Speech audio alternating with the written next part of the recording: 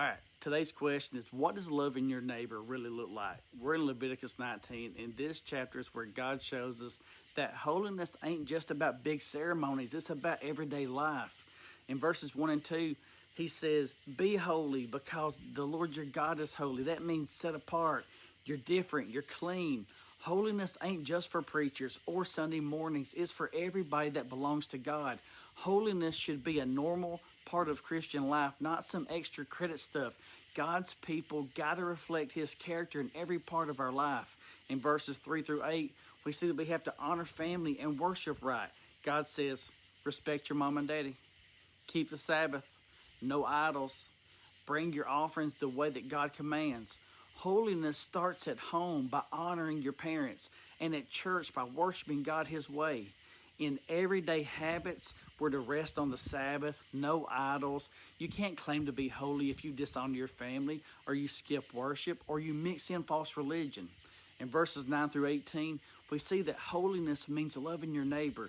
This part gets real practical. He says, leave some crops for the poor. Don't steal or lie. Don't cheat people. Treat disabled people with kindness. Judge fairly, whether rich or poor. Don't gossip.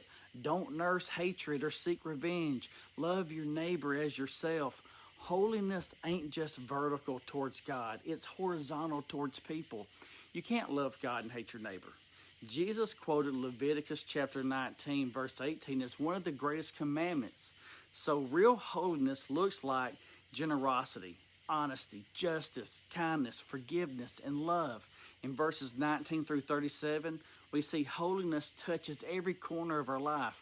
Now, God gets even deeper. He says, no mixing animals, seeds, or fabrics, to teach them about keeping things distinct and pure.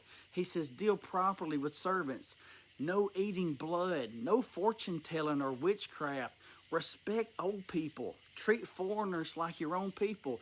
Use honest weights and measures in business. Holiness shows up in your clothes, in your business, and how you treat strangers and the elderly, and avoiding things like witchcraft, which the world loves but God hates. Ain't no such thing as a small area of life that don't belong to God.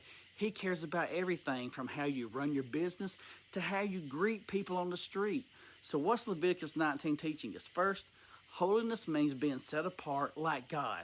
Second, it starts at home and flows into worship, and it spreads to every relationship. Third, real holiness looks like love in action. It's generosity, honesty, fairness, and kindness. Fourth, every part of life belongs to God, and he calls his people to live different from the world. Holiness ain't just about rules, it's about reflecting God in the way you live. You don't just show that you're a Christian by going to church. You show it by how you treat your wife and your neighbor, the poor, the foreigner, the elderly, and even your customers at work. God's call is still the same.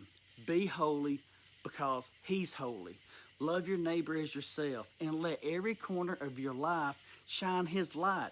So let's not be Sunday-only Christians. Let's be holy every day in every way by the power of Jesus in us. And keep reading your Bible, and don't be dumb.